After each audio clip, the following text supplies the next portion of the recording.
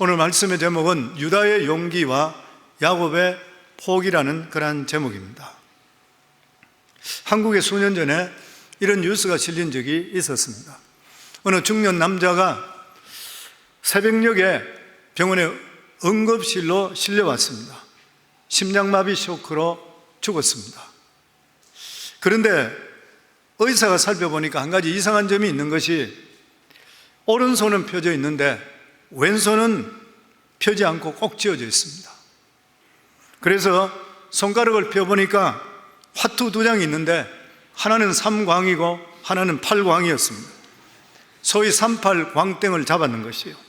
이 사람이 밤새도록 노름을 하면서 계속적으로 읽다가 마지막 판에 가진 것을 모두 다 올인해서 다 걸었습니다. 아주 큰 판이었습니다. 그 바닥에서는 막판에 광땡을 잡게 되면 3배를 챙기게 된다 그래요. 그런데 패를 보니까 3자 광이 나오고 뒷자 보니까 8자 광이 나오니까 너무 놀라고 샥 받아 죽어버렸어요, 이 사람. 한편으로는 우습지만 한편으로는 슬픈 일입니다. 사람은, 인간들은 누구나 할 것 없이 소유욕에 시달리고 있습니다.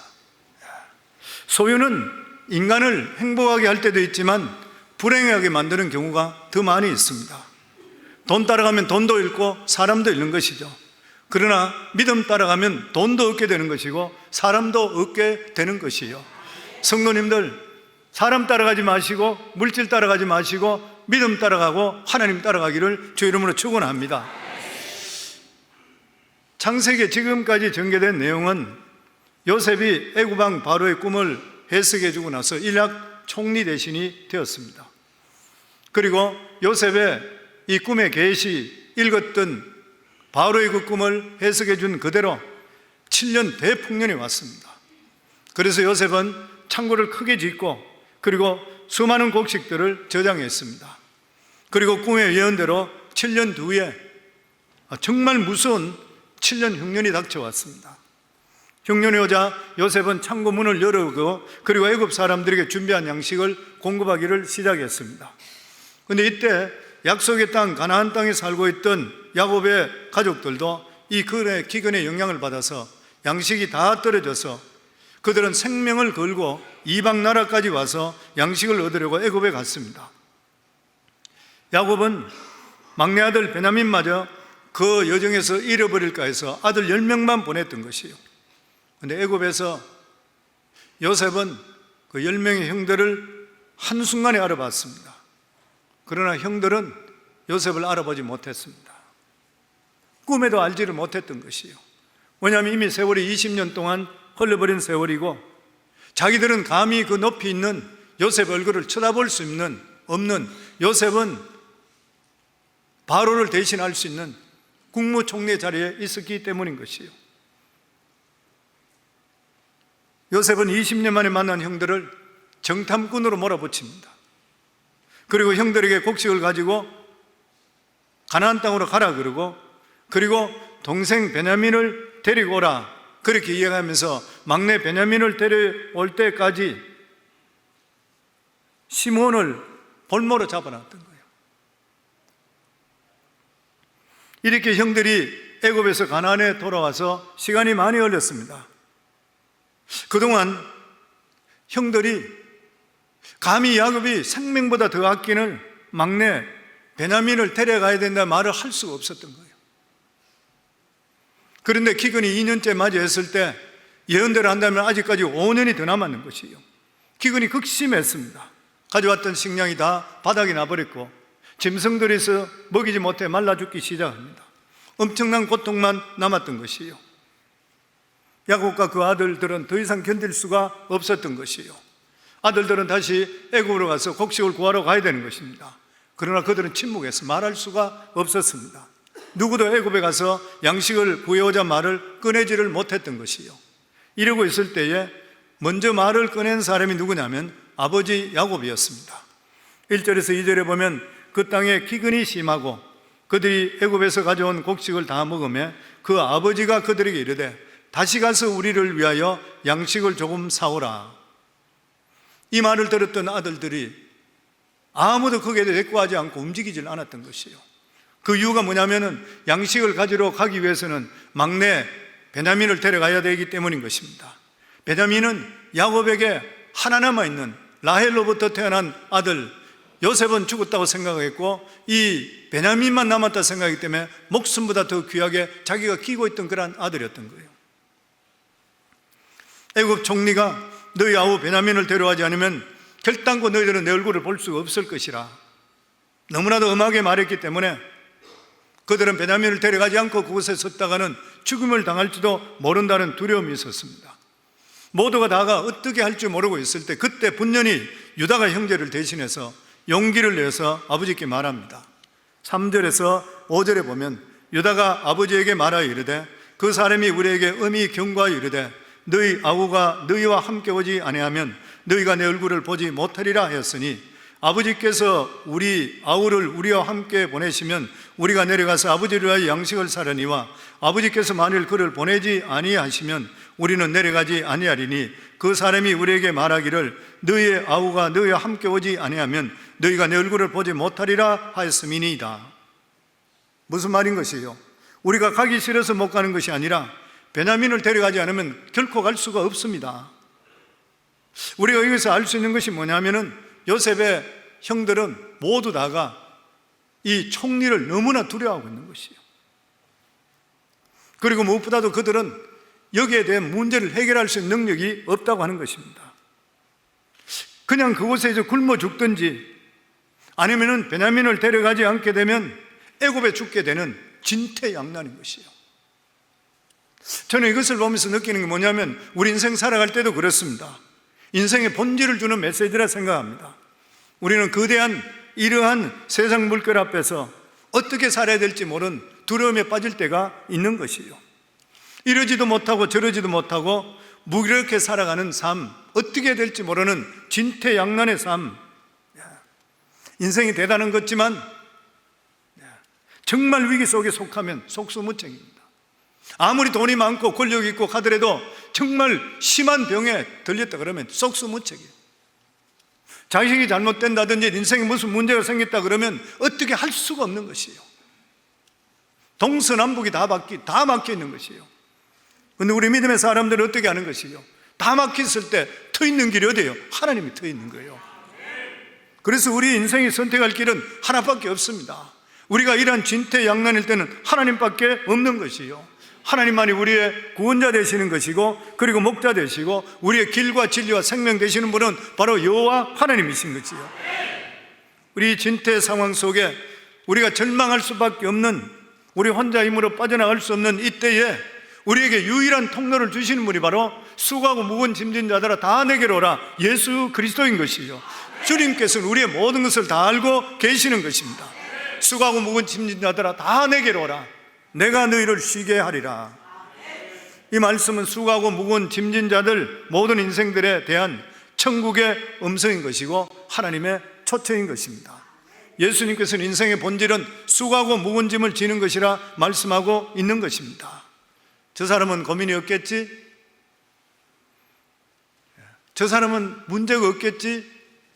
만나보면 나보다도 고민이 몇 배가 더 되는 사람 많아요. 돈이 있고 잘 살아보면 걱정 없을 것으로 생각하지만 그렇지 않는 것이에요.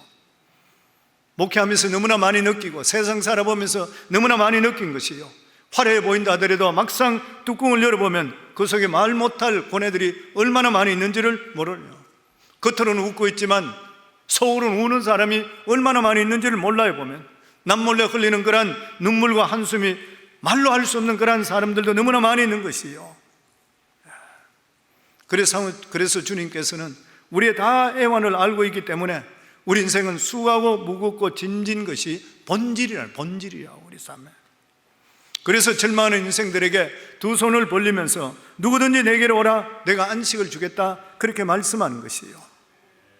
이 말씀은 수고하고 무거운 짐진 자들아 다 내게로 오라, 이 말씀은 하나님이 아니고서는 도저히 할 수 없는 초청의 말씀입니다. 우리 인생을 이 세상에 건질 자가 누구인 것이에요? 하나님밖에 없습니다.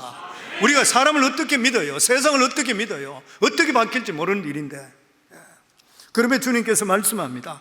나는 마음이 온유하고 겸손하니 나의 멍에를 들고 내게 배우라, 그리하면 너희 마음이 쉼을 얻으리니. 예수님의 멍에를 지는 것이요, 예수님께 이 말씀을 하신 거 우리가 알고 있듯이 중동의 소들은 어미소가 멍에를 매게 되면은 그 밑에 새끼가 들어간다 그러죠. 그러면 새끼가 어미하고 같이 가게 되면 마치 자기가 멍에를 맨 것 같지만 자기는 힘이 하나도 안 드는 이유가 어미가 메고 가고 있기 때문인 것이요. 오늘 주님께 똑같이 말씀합니다. 너는 내 속에 들어오라. 내 안에 들어오게 되면 너 멍에는 내가 메고 가기 때문에 네가 맨 것 같지만 실제로 너 멍에는 가벼울 것이라. 왜냐하면 내가 대신 지고 있기 때문인 것이요. 그래서 우리 인생의 모든 어려움이나 힘든 문제는 주님께 맡기기를 주의 이름으로 축원합니다. 믿음이 뭐예요? 믿는다는 게 뭐예요? 믿는다는 믿을 때가 있기 때문에 믿을 때가 있는 데다 맡기는 거예요. 그게 믿음이잖아요. 내가 아무리 성경을 많이 읽었다 하고 내가 아무리 기도를 많이 한다 하더라도 내 짐을 내가 진다면 그 사람 믿음 없는 사람이요. 믿음이라는 것은 내 짐을 주님께 주님을 믿을 수 있으니까 내가 맡기는 거잖아요. 나 같은 자도 주의 종인데도 저도 기도할 때마다 그 기도 항상 해요. 주님, 이 무거운 짐을 내가 질 수 없습니다. 성도들이 여러 가지 어려운 문제가 일어나는 이러한 일들 제가 어떻게 할 수 있으면 기도밖에 할 수 없는데 주님 가져가세요. 주님 가져가 주세요. 맡아주세요. 이 기도밖에 할 수 없는 것이에요. 평생 우리들은 살아가며 우리 짐을 주님께 많이 맡길수록 주님은 더 기뻐하셔요. 저는 우리 성도님 모든 것들을 내가 짊어지지 않고 주님께 맡기기를 주의 이름으로 축원합니다. 그런데 이러한 문제가 있을 때 야곱은 이 문제를 어떻게 대처합니까? 6절에 보면 이스라엘이 이르되 너희가 어찌하여 너에게 또 다른 아우가 있다고 그 사람에게 말하여 나를 괴롭게 하느냐. 기가 막힌 말이죠. 가엾은 야곱 같은 말이에요. 너희들은 왜 적당히 말을 어물어물이지 왜 진실을 말해서 나를 괴롭게 하느냐. 왜 집에 막내가 하나 더 있다고 말해서 나를 이런 어려움에 빠뜨리게 하느냐. 형제가 10명이라 하더라도 애굽 총리가 그 사람이 우리 집안 식구를 어떻게 알겠느냐. 뭘 안다고 너희들이 자꾸만 함부로 온갖 이야기를 다 해버렸냐. 마치 빚쟁이가 전화 왔는데 전화를 아이가 받아가지고 부모에게 바꿔줬을 때에 엄마 아빠가 아이한테 도로 화를 내요. 아빠 엄마 집에 없다 그러지 왜 바꿔주냐. 똑같은 말인 거예요. 지금 여기 보면 우리는 무슨 일이 생기면 우리의 문제의 본질로 들어가지 않고 핵심을 피하려고 합니다.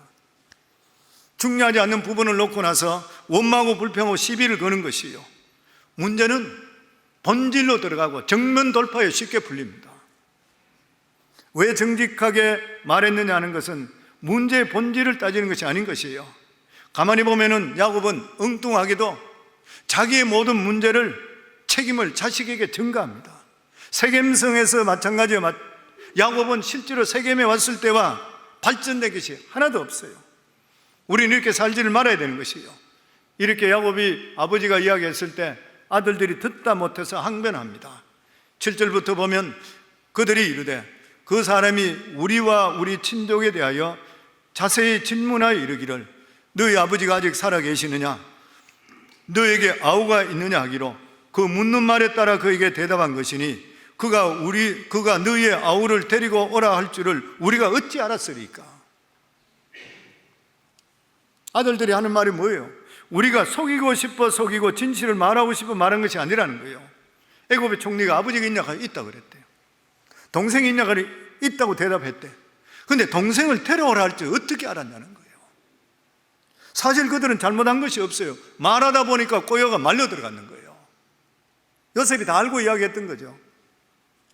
저는 이걸 보면서 우리가 느끼는 게 뭐냐면은 우리 인생에도 한 가지 우리 현실을 발견합니다. 그것이 뭐냐면은 우리가 만드는 것이 아닌데 말려 들어가는 경우가 있어요.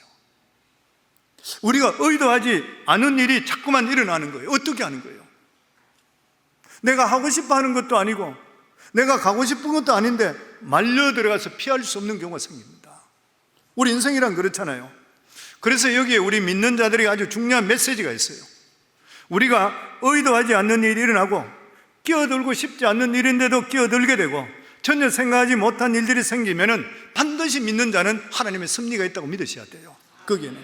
그러니 뭐 어떻게 돼? 원망불평하시면 안 되는 것입니다. 거기에는 하나님의 어떤 비밀이 있는지를 우리는 유심히 살펴볼 수 있어야 돼요. 그리고 그것은 반드시 하나님의 섭리가 있다는 것을 우리가 알 수가 있어야 되는 것이에요. 왜냐하면 내가 의도했던 사건이 아니기 때문인 것입니다. 예수 믿는 자들은 안고 일었으면 하나님께 알고 계시는 거예요. 야곱과 그 아들들도 마찬가지였었습니다. 베냐민을 데리고 가는 일은 야곱이나 그 형제들에게는 고통스러운 일이지만 결과는 어떻게 됐습니까? 감옥에 갇혀있는 시므온과 함께 요셉과 모두 다 같이 회유하는 역사가 나타나고, 다 돌아오는 역사가 나타나고, 복을 받게 되는 역사가 일어나게 되었는 것이요, 얼마나 놀라운 일인지 모르는 것이요. 그래서 사도 바울은 하나님을 인정한다면 범사에 감사하라는 거예요. 아멘. 그리고 믿는 자들에게 반드시 합력의 선을 이루어 주신다는 거예요. 그래서 우리 그리스도인들의, 기독교인의 3대 생활 강령, 항상 우리가 알듯이 데살로니가전서 5장 16절에 18절에 평생에 외우셔야 돼. 같이 읽도록 하지요. 항상 기뻐하라, 쉬지 말고 기도하라, 범사에 감사하라. 이것이 그리스도 예수 안에서 너희를 향하신 하나님의 뜻이니라. 아멘. 명령이에요. 항상 기뻐하라. 하나님을 신뢰 못하면 기뻐할 수 없지요. 하나님을 신뢰하는 자는 내 살아가는 삶 속에 기뻐하고 감사하고 문제 있을 때 기도하라는 것이죠. 그러면은 로마서 8장 28절 저희들 같이 읽겠습니다. 우리가 알거니와 하나님을 사랑하는 자 곧 그때로 부르심을 입은 자들에게는 모든 것이 합력하여 선을 이루느니라. 아멘. 믿으시는가요? 좋은 일 나쁜 일 무슨 일이 있다 하더라도 우리가 믿음 쪽으로만 바로 서 있다면, 내 살아가는 삶이 하나님 쪽에만 서 있다면 반드시 모든 일은 지나고 나면 합력에 선을 이룰 수 있게 되어 있는 것이요. 그러니까 이 말들을 해석하면 무슨 말인 것이요? 그리스도인들에게 우연히 일어난 사건은 절대로 없다는 거예요. 해석이 안 되는 사건이 있을지 모르지만 하나님께서 우리와 함께 하시기 때문에 하나님께 만드신 필연인 것이고 하나님의 섭리인 것이고 하나님께서 합력해 선을 주는 복을 줄 수 있는 그런 귀한 일이란 그것을 우리가 믿으시고 모든 일을 긍정적으로 매사에 접근할 수 있기를 주의 이름으로 축원합니다. 그렇게 되면 비밀이 보이기 시작하고 하나님의 은혜가 보이기를 시작하게 되어 있는 것이요. 그러면서 야곱이 이름에도 불구하고 머뭇거리고 있을 때에 유다가 났습니다. 다른 형제들은 아버지가 두렵고 문제가 생기고 두려워서 입을 다물고 있는데 유다가 나서는 거죠. 그게 8절에서 10절입니다. 유다가 그의 아버지 이스라엘에게 이르되 저 아이를 나와 함께 보내시면 우리가 곧 가리니 그러면 우리와 아버지와 우리 어린 아이들이 다 살고 죽지 아니하리이다. 내가 그를 위하여 담보가 되어오리니 아버지께서 내 손에서 그를 찾으소서. 내가 만일 그를 아버지께 데려다가 아버지 앞에 두지 아니하면 내가 영원히 죄를 지리이다. 우리가 지체하지 아니하였더라면 벌써 두 번 갔다 왔으리이다. 여기서 우리가 유다의 뭐를 보는 것이에요? 진짜 리더십을 봅니다. 리더십. 지도자의 특징이 무엇인 것이요? 책임지는 것이요. 지도자의 특징은 말만 하는 것이 아니라 책임져야 되는 거예요. 우리는 유다에서 올바른 리더십의 모범을 보여준 거예요. 배울 수 있게 되는 것이요. 제가 생명을 걸겠습니다. 일이 잘못되면 내가 책임집니다. 지금 그 말이잖아요. 그러면서 아버지를 설득하는 것이요. 성도 여러분, 생명을 걸면 못할 일이 어디 있겠습니까? 지도력이라는 것이 실제로 따지면 별것 아닌 것이요. 책임을 지고 내가 대가를 치르겠다는 거예요. 그럼 자연적으로 그 사람은 리더십이 생기게 되어 있는 것이고 사람들이 그 사람을 믿게 되어 있는 것이요. 말 잘한다고 되는 것이 아닌 것이잖아요. 무슨 일이든지 이 일에 대해서 일을 시작하면 내 일에 책임지겠습니다. 지금 유다가 그 앞에 나섰습니다. 그런데 원래 유다는 이런 사람이 아니었었어요. 원래 유다는 이중적인 사람이었습니다. 형들이 요셉을 죽이려고 깊은 구덩 속에 집어넣었을 때에 유다는 형들을 설득합니다. 같은 혈육인데 죽일 필요가 어디 있습니까? 그러다가 애굽으로 가는 상인들이 지나가자 죽이지 말고 팔아버립시다. 그래서 요셉을 애굽에 팔아넘기는데 결정적인 역할을 낸 사람이 누구냐면 유다인 것이에요. 그 후에 유다는 심한 죄책감에 빠지고 사로잡혔던 것 같아요. 그래서 사람들을 살육 많이 했던 레위와 시므온을 보고 또 형들이 동생을 이렇게 하는 것들을 보고 그리고 자기 자신이 동참했던 것을 생각하면서 타락해버리잖아요. 타락해버립니다. 그러고 나서 형들과 식구들을 떠나버려요. 그리고 이방 여인과 결혼했고 나중에 가서 며느리 다말과 부적절한 관계까지 맺고 되고 자식까지 낳게 되는 것이요. 그런데 20여 년의 세월이 지난 이때에 유다는 이러한 일들을 돌아보면서 그 자신이 변하기 시작했습니다. 유다가 정말 변했던 것이요. 그래서 그는 야곱의 가정이 가장 어려울 때, 굶어서 죽느냐 사느냐 하는 기로에 섰을 때, 아무도 이 문제에 대해 책임질 사람이 없어 눈치만 보고 있을 때에 전면에 나서서 아버지를 설득합니다. 그래서 그는 결국 베냐민을 데리고 애굽에 가서 양식을 구해오는 것이요. 성경은 여기서 유다를 전면에 내보내줍니다. 유다를. 이 사건을 통해서 유다는 일약 이스라엘의 장자의 주목으로 받게 되는 거예요. 야곱이 죽기 전에 유다를 축복할 때 어떤 축복을 했습니까? 유다의 가문에서 치리자의 지팡이가 떠나지 않을 것이라 그렇게 예언했습니다. 지상에 받는 가장 귀한 복은 요셉에게 주고 영적으로 받는 복, 그리고 왕권을 받는 복은 유다에게 줬던 거예요. 유다가 어떻게 받았어요? 여기서 받았는 거예요. 여기서 자기 생명을 내어놓고 아버지한테 설득을 했던 것이에요, 보면. 그래서 이 유다 지파를 통해서 이스라엘의 왕들이 계속 또 나오고, 유다 지파를 통해서 메시아가 태어나게 되고, 그리고 메시아 이 족보에 유다 이름이 올라가게 되는 것이에요. 야곱의 집에 가장 큰 시련이 왔을 때 다른 형제들은 어떻게 해야 될지 모르고 책임지지 않으려 할 때에 그는 여기에 대해 책임을 질러 했습니다. 도전이 왔을 때에 아무도 응전하려고 하지를 않았던 것이에요. 유다는 이 결정적인 순간에 자신의 인격을 걸고 앞으로 나가서 문제를 해결하는데 뛰어들었던 것이에요. 유다의 이 헌신 때문에 다윗 왕가가 생기게 되는 것이고, 그리고 메시아가 그로부터 태어났는 이 놀라운 복을 받게 되었던 것이에요. 역사학자 토인벨은 이렇게 말합니다. 도전이 와도 응전하지 않는 민족이나 문화는 망한다. 응전이 뭐예요? 도전하고 싸우지 않는 사람, 적극적으로 적극적으로 대응하지 않는 것, 문제가 생겼을 때 적극적으로 대응하지 않는 것, 영어로는 카운터 어택이라고 그래요. 파이트백 하지 않는 자, 이런 자들, 이런 사람들은 망한다는 거예요. 적당히 살지 말라는 것이에요, 보면은. 그 예를 들면서 토인비는 그리스 문화를 들었습니다. 그리스 문화에 대한 최대 도전이 뭐냐면 로마 문화가 아니었답니다. 사실 로마 문화는 우리가 알고 있듯이 그리스 문화를 흡수했던 것이에요. 그리스 문화의 가장 무서운 도전이 뭐냐면 복음이었다요. 복음. 그들은 처음 사도 바울의 설교를 듣게 되고 엄청난 충격을 받게 됩니다. 아데네에서 말씀을 증거할 때 너무 충격받았어요. 왜냐하면 죽은 자의 부활을 증거했기 때문인 거예요. 근데 그들은 그들의 사고방식에 맞지 않다고 받아들이질 않았던 것이에요. 그래서 토인비 박사는 그렇게 이야기했습니다. 바로 이것 때문에 그리스 문화가 더 이상 발전하지 못하고 망할 수밖에 없었다고 주장하는 것이에요. 하나님의 백성은 일평생 살아보다 보면 우리 삶 속에 이런 도전을 받을 때가 있습니다. 대단히 부담스럽고 책임져야 할 순간이 오는 것이에요. 그때 주위 사람들을 원망하는 것은 제대로 응전하는 것이 아니라 도피하는 행위예요. 물론 문제가 생기고 이렇게 했을 때 입 다물고 가만히 있다 하더라도 누가 상관하지 않을 것이에요.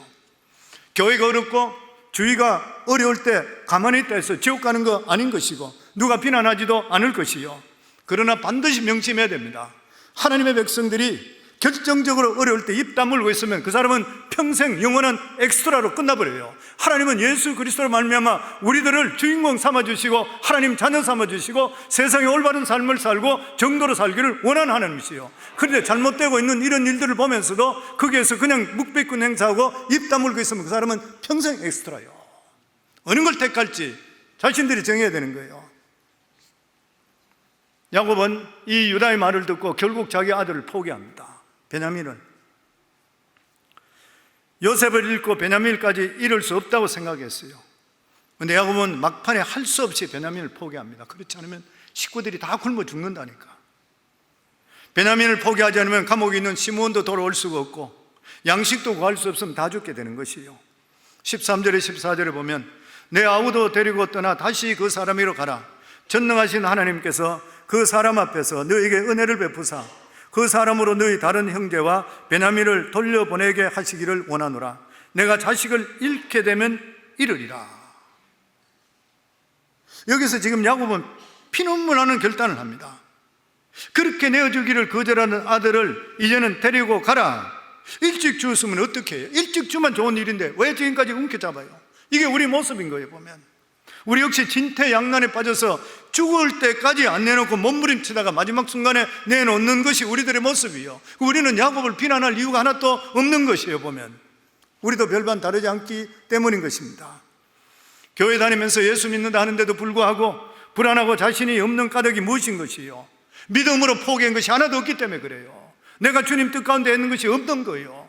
그냥 교회만 하고 믿습니다 했지만 내가 실질적으로 주를 위해서 포기하고 믿음으로 산 게 뭐가 있느냐는 거예요. 우리는 하나님과 세상을 같이 가지려고 그래요. 그러니까 안 되는 것이에요. 믿음은 반드시 하나를 포기해야 됩니다. 예수님께 이렇게 말씀했습니다. 마태복음 16장 28절에 보면 이에 예수께서 제자들에게 이르시되 누구든지 나를 따라오려거든 자기를 부인하고 자기 십자가를 지고 나를 따를 것이니라. 다 못 가져요, 세상과 믿음. 그래서 본 해프는 우리가 예수의 제자가 되려면 적어도 세 가지 결단을 해야 된대요. 첫 번째가 단독 결단. 예수 믿고 따르는 것은 스스로 해야 된다. 남편 때문에 천국 가는 거 아니고 자식 때문에 천국 가는 것이 아니고 그와 전혀 상관없이 내가 스스로 예수를 믿겠다고 다짐하고 예수 그리스도를 영접해야 된다. 그리고 두 번째는 용단해야 된대요. 신앙의 거추장스러운 것들, 버리고 자를 것들을 용기 있는 결단으로 행동으로 옮길 수가 있어요. 제자 되는 방법이에요. 세 번째가 주변을 정리하라는 것이죠. 묶고 있는 것들을 끊어야 돼. 방해물을 정리해야 돼. 믿지 않는 사람과 행동을 같이 하지 말아야 돼. 내 믿음에 방해되는 것들은 끊을 수 있어야 돼요. 인정에 끌릴 것이 아니라고 하는 것이요. 그렇지 않으면 길을 가기가 어려운 것입니다. 살아가면서 지나친 미련이나 집착이나 기대 같은 것들을 통해서 우리들의 믿음이 자라질 못하는 거예요. 제너럴 일렉트릭의 잭 웰치 CEO, 너무나 잘 알려져 있습니다. 20세기 후반에 가장 영향력 있는 세계적인 기업인 중에 한 사람입니다. 1981년 취임할 때에 제너럴 일렉트릭 GE의 시가총액이 120억 달러였습니다. 그런데 2001년 20년이 지나서 그가 퇴임할 때에 이 회사의 시가총액이 무려 40배나 성장한 4,800억 불이 되었습니다. 대단한 일인 것이죠. 이렇게 회사가 발전되고 시가총액이 올라갔던 그런 이유가 뭐냐면 이 회사 성공 이유를 버릴 것은 빨리 버리고 처분해버린 거예요. 될 수 있는 것들은 힘을 실어주고 안 될 것들은 싹 다 정리해버렸어요. 지나친 미련은 결국 다 함께 망해버린다는 것이에요. 그의 경영은 한편으로는 냉정하다는 평도 많이 받습니다. 냉정해 보이는지 모르지만 GE를 세계 최정상 기업으로 끌어올린 공로는 분명한 것이에요. 적은 일에 연연하면 큰 일을 거르치게 되는 것입니다. 우리도 야곱과 같이 이런 막다른 골목에서 포기할 것은 미리미리 포기할 수 있어야 돼요. 그런데 이런 포기도 연습이 필요합니다. 우리 삶 속에. 우리 연습하는 게 뭐예요? 우리를 얽매이고 있는 것이, 우리가 가장 따라가는 게 뭐예요? 물질이잖아요. 물질입니다. 그래서 우리 자신을 살아갈 때에 믿음 안에 들어오시는 분들은 물질부터 포기하는 연습을 하셔야 돼요. 움켜쥐고 있는 돈도 주보시고 장학금도 좀 내놓으시고 선교비도 내보내시고 좋은 일에 자꾸 쓰다 보면은 어느 순간에 내 삶의 가치가 높아집니다. 남들에게 베푸는 삶을 사시면은 내가 베푼 것보다 훨씬 더 내 마음속에 하나님 주신 기쁨이 충만하게 돼요.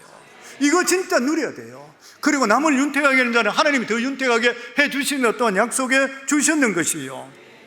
그런데 대부분의 사람들은 시시하고 별 볼 일 없는 것들은 잘 내주는데 결정적으로 중요한 것은 잘 안 내놔요. 어떤 사람은 밥 사달라면 밥은 잘 사주는데 정작 써야 될 때는 못 쓰는 사람이 있어요. 어떤 사람은 자기를 위해 잘 씁니다. 자기는 옷을 너무 비싼 옷 사 입어요. 남을 위해서는 한 푼도 안 쓰는 사람이 있어요. 살아가면서 포기하는데 연습이 되지 않은 사람은 정작 포기해야 될 때 못 포기하는 것이에요. 그런 말이 있잖아요. 교회도 올만하니까 오지 포기하고 오는 사람은 많지 않다고.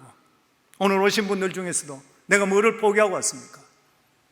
만약 예배 한 번 드리는데 몇천 불씩 손해본다면 그것을 포기하면서 올 사람이 과연 몇 명이나 되겠냐는 거예요.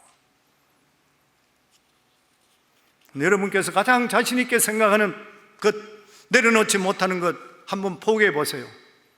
물론 굉장히 어려운 일일 것이요. 그렇지만 한번 포기하고 나면 우리에게 주시는 그 자유는 우리가 생각할 수 없는 일이고 우리를 억압에서 해방시키고 내가 생각하지 못하는 놀라운 역사들이 우리 속에 임하게 되어 있는 것이요, 믿음적으로 득이 되지 않는 일들은 포기하기를 주의 이름으로 축원합니다. 내가 살아가는 삶의 목표에 하나님 뜻 가운데 사는데 나를 가로막고 있는 것들은 있다면 포기하게 될 때 하나님께서 복을 엄청히 주실 줄 믿습니다. 세상도 그렇잖아요. 우리가 잘 알고 있는 CVS 파머시, 약국이죠. 미국의 가장 큰 건강 체인 사업체입니다. 현재 9,000개 가게에 작년 매출을 보니까 3,728억 불이에요. 그런데 이 회사가 2014년 회사 이름을 CVS 케어마크에서 CVS 헬스로 이름을 바꿨습니다. 이렇게 바꾸면서 자기들이 포기했는 게 있는 거예요. 그 포기한 것이 뭐냐면은 그 당시에 이 CVS에서는 담배 종류를 판매했었습니다. 7,900개, 그 당시에 2014년도에 CVS 파머시는 7,900개의 매장이 있었습니다. 담배를 어느 정도 다 판매했는데 자기들이 생각할 때 CVS 케어마크에서 CVS 헬스로 건강으로 우리가 바뀌는데 이걸 사람들에게 우리는 이렇게 건강을 위해서 우리 회사가 다시 새롭게 시작합니다 하는데 담배를 팔고 있다는 것이 회사에 자기들이 추구하는 이런 정신과 틀린다는 거예요. 건강을 해치는 담배를 팔면서 자기들이 헬스라는 이름을 붙이는 게 말이 안 된다는 것이에요. 그래서 그들은 담배 매상이 1년에 20억 불 이상 수입이 있답니다. 근데 이걸 자기들이 포기해버려요. CEO가 포기해버렸어요. 자기 이미지와 상반되는 것 한쪽을 완전히 포기했습니다. 이렇게 담배 종류를 없애고 나서 그 다음에 2015년도에는 전체 매상이 7.8%가 줄어들었습니다. 엄청난 손해가 왔습니다. 그런데 11년이 지난 지금 2014년도에는 1,394억 불에서 3,728억 불로 성장해봤어요. 자기들의 이미지, 우리가 믿음으로 살아가는 삶 속에 나에게 이게 득이 되지 않는다고 우선 그것을 붙들고 있는 건 손해보는 것 같지만 그것을 내가 실제적으로 포기할 때 하나님께서 복을 주신다면 이 회사는 지금 서너 배 하나님 복을 줬지만 우리가 복을 주면 30배, 60배, 100배로 채워주실 줄을 믿습니다. 하나님을 경험하셔야 되잖아요. 하나님이 살아있다는 걸 아신다면 우리 삶 속에서. 야곱은 베냐민을 포기할 수 없었지만 결국 포기해야 될 때 복이 임하기 시작했습니다. 포기했을 때 몇 가지 사건이 일어났는데 첫 번째가 뭐냐면은 믿음이 회복됩니다. 야곱의 믿음이 회복돼요. 14절에 보면 전능하신 하나님께서 그 사람 앞에서 너에게 은혜를 베푸사 그 사람으로 너희 모든 형제와 베냐민을 돌려보내게 하시기를 원하노라. 내가 자식을 잃게 되면 이르리라. 야곱은 문제가 생겼을 때 한 번도 하나님 이야기 안 했습니다. 자기 자식 빼앗아 간다고 만 하고 못 먹고 사는 것만 고통받았어요. 그런데 자기가 그렇게 끼고 있던 아들을 내려놓으면서 하나님을 찾습니다. 그때서 비로소 하나님을 찾는 거예요. 드디어 그 입술 속에 하나님을 생각하고 입으로 그것을 말합니다. 전능하신 하나님께서 너에게 은혜를 베푸기를 원하노라. 예전에 하지 않던 말, 얼마나 멋진 고백인 것이요, 얼마나 능력 있는 기도인 것이요, 이게 겸손인 것입니다. 이것이 하나님 아버지께 항복하는 것이요. 야곱은 입술의 고백을 통해 믿음이 회복되기를 시작했습니다. 우리 삶에도 마찬가지예요. 나를 붙들고 있는 것 내려놓기 시작하면서부터 하나님을 찾게 되는 것이고 내 속에 하나님 믿음이 회복되기를 시작하는 것이요. 그리고 두 번째는 야곱은 상상할 수 없는 말을 합니다. 내 자식을 잃으면 이르리라. 절대로 포기할 수 없다고 했는데 이제는 죽어도 좋다, 이럴 수도 있다는 것이요. 그리고 나서 자기가 믿음을 가지게 되니까 하나님께서 그곳에 가셔서 시므온과 베냐민 모두를 돌려보내주시길 원하노라. 야곱은 자기 할 일을 다 한 후에 최종적으로 하나님께 맡기면서 이제는 내 자식 아닙니다, 잃어도 좋습니다, 주님 뜻대로 하소서.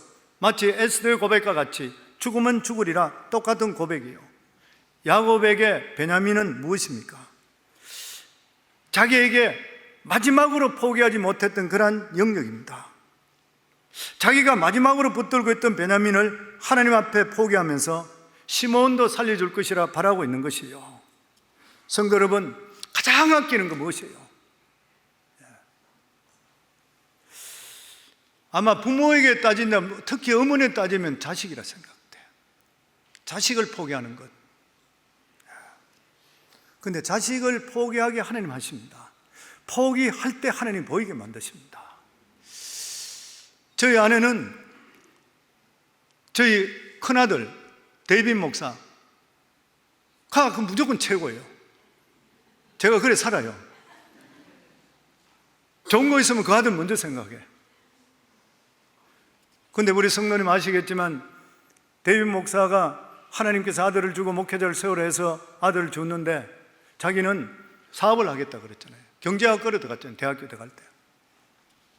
우리 부부는 하나님 불렀으니까 하나님 주신 아들 하나님 종으로 삼으라 그랬으니까 신학교로 가야 되는데 자기는 신학 공부 안 하고 자기는 사업하겠다고 하잖아요. 그래서 저희들이 기도하는 가운데 1년 됐을 때, 대학교 1년 됐을 때 1년 끝나고 나서 제가 불러서 휴학계를 내라고 그랬죠. 휴학계를 내고 나서 다른 목사님 아들하고 함께 세계 일주를 하는데 30개국을 다녀보고 그러고는 인생을 결정하라고 그랬어요. 저는 하나님께 분명히 이끌어 줄 걸 믿고 30개국을 다녀봐라. 적어도 남자로 태어났다 그러면 한 30개국 알아보고 그리고 인생을 결정하는 게 좋다. 가라 그랬대요. 처음에 가기 싫어하다가 나중에 결국 갔는 거예요. 가면서 가는 데마다 배낭으로 하니까 돈도 없이 가는 거예요. 선교사님도 만나고 교회도 가서 도움도 받고 어떻게 이래 가면서 돌다가 26개국제에 인도에 들어가서 2주 동안 소식이 끊겨버렸습니다. 계속 연락이 왔습니다. 저희가 기도하는, 저희 아내는 걱정이 너무 많아요. 하나님 연락이 없습니다. 그런데다가 안 좋은 꿈까지 꿨던 거예요. 아이한테 분명히 무슨 일이 생기는 거예요 지금. 그러면서 기도하는데 하나님, 우리 데이빗, 하나님 지금 연락도 안 되고 안 좋은 꿈도 오고 데이빗한테 무슨 일이 생기는 것 같은데 하나님 어떻게 해요? 막 기도하는데 성령께서 갑자기 하나님, 저 아내 묻습니다. 내가 네 아들 데려가도 너 나 원망 안 하겠니? 성령의 음성이 들리는 거예요. 그러니까 저희 아내는 우리 아들 하나님 데려가시러 가는구나. 기가 막힌 일이잖아요. 근데 저희 아내가 하나님께 주셨으니까 데려가는 것도 하나님 뜻인 것이지. 펑펑 울면서 저 하나님 원망하지 않겠습니다. 하나님 주셨잖아요. 내가 원해서 가진 아들이 아니잖아요. 제가 임신하겠다고 했는 것도 아니고 내가 너희에게 아들을 주겠다고 줬잖아요. 그래 하나님 데려가실 때면 하나님께서 하시죠. 저 하나님 원망하지 않겠습니다. 막 울면서 그래야 했대. 그러고 하고 저한테 그 이야기예요. 내가 이렇게 해서 하나님 그러시더라. 아마 우리 데이빗한테 큰일이 생기는 거 봐. 하나님 데려갈지도 몰라. 그 이야기 했는데 그 다음날 데이빗한테 연락이 왔는데 인도에서 물을 잘못 먹어서 식중독이 걸려서 200파운드 되는 몸무게가 65파운드가 빠져서 완전 사경을 헤매는 거예요. 선교사님 가정에서 걔를 데려다가 몸을 회복시켜주고 있으면 이제 겨우 미움을 먹고 정신을 차렸대요. 연락이 왔던 것이요. 하나님께서는 저희 아내에게 너에게 가장 소중한 네 아들인데 내가 데려가도 좋으냐? 그 음성 듣고 저희 아내가 그 이야기하면 내려놓는 것을 보시면서 그때부터 연락 오고 순간적으로 몸을 회복시켜주고 그리고 데이빗은 거기서 하나님 만나게 되고 돌아와서 학교를 신학교로 트랜스퍼하고 지금 목회자가 되는 거예요. 사랑하는 성도님들, 하나님 살아계시고 하나님 우리의 가장 소중한 것을 빼앗으려는 것이 아니라 하나님께서는 하나님이 더 소중하는 것을, 하나님을 더 사랑한다는 것을 인정받으실 때 우리가 생각하지 못하는 놀라운 일을 우리에게 일으켜 주실 줄을 믿습니다. 아멘. 자식들 우리 것 아니잖아요. 하나님 것이요. 우리는 관리인 것입니다. 야곱처럼 이러면 이러리라 하나님께 내놓으셔야 돼요. 하나님께서 키워주시면 훨씬 잘 키워주시는 거예요. 그때 자녀들이 변하게 되어 있는 것이고, 그렇기 때문에 양육권을 하나님께 드리기를 주 이름으로 축원합니다. 포기하게 되면 자유를 낳게 됩니다. 포기함으로 하나님을 발견하게 되는 것이요. 우리들은 시간이 지나도 풀리지 않는 어려운 문제가 생겼을 때 우리가 알아야 될 것이 있습니다. 그것은 내가 지금 마지막으로 붙들고 욕심내고 포기하지 않는 것이 무엇인가? 그것을 포기하지 않는 이상은 문제가 절대 해결되지를 않는 것이요. 물론 우리는 야곱을 이해합니다. 베냐민은 그가 가장 사랑했던 아내 라헬의 아들이잖아요. 라헬의 아들입니다. 7년 동안 무료로 일해주면서 얻었던, 실제적으로 속임받아가 14년 동안 무료로 품꾼 품삯 없이 일해서 목숨 걸고 취했던 아내가 라헬이잖아요. 이 라헬을 통해 자식이 누구요? 요셉과 그리고 베냐민 두 아들 낳았습니다. 베냐민 낳고 나서 라헬이 바로 죽어버렸죠. 근데 요셉은 어릴 때에 형에게 아빠의 메시지를 가져간다고 갔다가 그러고 돌아온 게 뭐예요? 짐승에 잡혀서 물려 죽었던 요셉의 옷에다가 피 묻은 핏덩어리 옷이 돌아왔는 것밖에 못 봤어요. 그 자기 아버지는 거기서 완전 정신이 나가버렸습니다. 그러니까 이 자기가 그렇게 사랑했는 아내의 두 아들 요셉 죽어버렸잖아요. 20년 전에 죽어버리는 거예요. 그래 자기 남은 게 뭐예요? 베냐민입니다. 이 베냐민은 자기가 그렇게 사랑했던 아내라, 이 아내를 보는 것이, 이 베냐민을 보는 것이 자기 아내 보는 것이요, 목숨보다 더 귀한 거, 이 사람한테는. 이 아들을 내려놓는다는 거, 이거는 목숨보다 더 귀한 거예요. 실제로 이 성경에 보면은.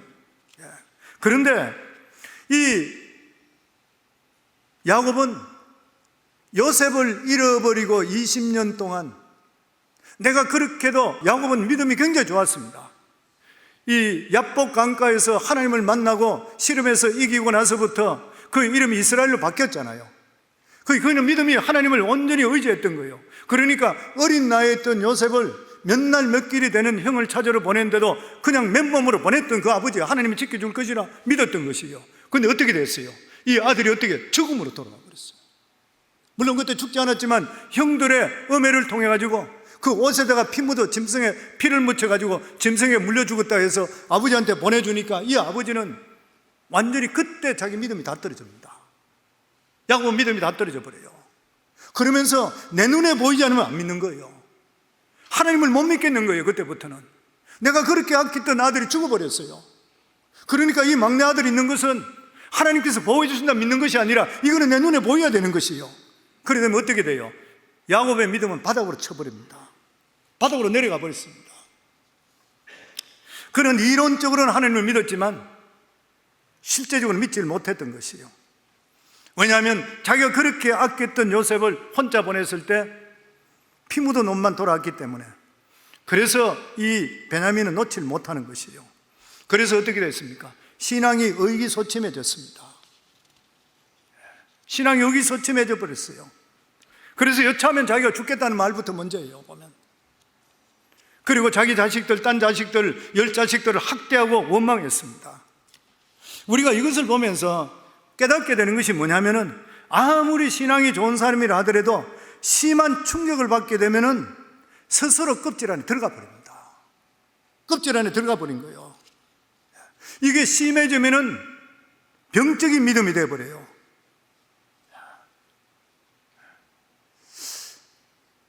사람들이 교회를 다니시면서 상처를 많이 받은 사람 있잖아요. 상처를 많이 받고 이렇게 있는 사람, 목회자들부터도 상처받고 이런 사람들은 몇십 년 신앙생활을 했는데도 불구하고 사람들과 모이면은 상처받은 이야기하고 교회 안 좋은 이야기하고 목회자 욕하든지 목회자 믿지 마라 그래요. 왜냐하면 상처에 안에 들어가 있어요. 깊이. 왜 그런 것이에요? 오랫동안 자기 껍질 안에 갇혀버립니다. 야곱과 같이 내가 그렇게 했는데도 불구하고 내가 이래밖에 안 됐구나 해가지고 믿질 못하는 것이에요. 자기밖에 안 믿게 돼요. 그렇기 때문에 그때 누군가가 그 사람에게 따끔한 말을 해줄 수가 있어야 됩니다. 그의 생각이 얼마나 잘못됐고 비현실적이라는 깨닫게 해줄 수가 있어야 되는 것이에요. 그것은 좋은 신앙이 아니고 굶은 신앙이라는 것을 이야기해 줄 수가 있어야 돼요. 그냥 듣고 대꾸만 해주는 것이 아니라 집사님, 장로님, 권사님 그렇게 믿으면 안 되잖아요. 이게 유다의 용기입니다. 성도님들, 안 좋은 일, 잘못된 일도 보고 그냥 고개 끄덕거리면서 기분 맞춰주고 밥 얻어먹고 따라다니는 그것이 믿음이 아닌 거예요. 정신들 바로 항상 모든 믿음에 그래요. 하나님 뜻에 어긋나고 이 사람이 신앙적으로 바르지 못하다 할 때는 내가 신앙이 사는 분명하게 이야기해 주시오. 그 사람이 그걸 살리는 거예요. 그래서 오늘 여기 보면 우리 삶에 닥친 어쩔 수 없는 난관을 어떻게 해야 되는지 교훈해 주는 게 있습니다. 첫째가 뭐냐면은 상황에 주저앉지 않고 도전하고 응전하셔야 돼요. 맞부딪히셔야 돼요. 유다에게는 가족의 위기가 그에게는 기회였습니다. 형들 모든 사람들에게는 다 위기였지만 유다는 분연의 일었음을 통해서 오히려 그걸 통해서 장자권을 택하게 되는 거예요. 우리에게도 어떤 위기가 있다 하더라도 용기를 가지시고 카운터어택 하듯이 응전할 수 있기를 주의 이름으로 축원합니다. 반드시 합력해서 선을 이루는 역사가 우리 속에 임하게 될 것인 거예요. 그리고 누군가 책임져 주는 사람이 있어야 됩니다. 신앙이 좋았던 사람도 한 번 현실의 충격을 받게 되면 자기 연민에 빠져서 믿음이 올바르지 못 정신적인 면에 잘못될 수가 있어요. 그러나 유다가 책임지는 말이 야곱의 믿음에 불을 붙이는 경우가 났습니다. 성도님들, 사람을 살리는 분들이 되기를 주의 이름으로 축원합니다. 나를 통해서 믿음이 불붙기를 주의 이름으로 축원합니다. 나를 통해서 주위 사람들에게 용기를 주고 희망이 주기를 주의 이름으로 축원합니다. 이 사람이 축복의 통로가 되는 거예요. 아멘. 그리고 가장 중요한 것은 아직도 붙들고 있는 마지막 영역을 포기해야 되는 것이요. 야곱은 베냐민을 포기할 때 온 가족의 구원의 역사가 임했습니다. 그 마지막 영역이 우리들에게는 돈일 수도 있고 명예일 수도 있고 학위일 수도 있고 아니면 내가 고치지 못하는 이 생활 방식일 수도 있는 것이요. 이런 것들은 빨리 포기할수록 좋은 것이고 그것이 우리를 살리는 것이요. 그리고 무엇보다도 이 세상에 있는 것은 우리 것이 없습니다. 다 하나님께서 맡겨주신 것이요. 하나님께서 가져가시면 애니타임 가져가시는 것이요. 그렇기 때문에 무엇이든지 연연하시지 마시고 하나님께서 원하신다면 언제든지 주님 뜻 가운데서 모든 일을 행할 수 있고 내 것을 내려놓게 있을 때에 비로소 하나님께 쓰임받을 수 있는 복된 인재가 될 수 있다는 것을 믿으시기를 주 이름으로 축원합니다. 그래서 저는 우리 성광교회 성도님들은 오늘 여기 주신 말씀대로 유다의 용기와 같이 그냥 잘못된 데도 불구하고 잠잠한 것이 아니라 하나님 믿음이 아닌 것에 대해도 잠잠한 것이 아니라 거기에 응전할 수 있는 것, 용기를 가지게 될 때에 하나님께서 엑스트라 인생이 아니라 주인공 인생으로 만들어 주시는 것이고 또 뿐만 아니라 우리들이 주위 사람들에게 살리는 사람이 되게 하시고 희망을 줄 수 있게 하시고 용기를 줄 수 있게 되는 축복의 통로가 될 수 있기를 주 이름으로 축원합니다. 그리고 내 것이 하나도 없다는 것을 아시고 욕심 부리지 마시고 믿음으로 승리할 수 있는 저와 여러분 다 되기를 주 이름으로 축원합니다.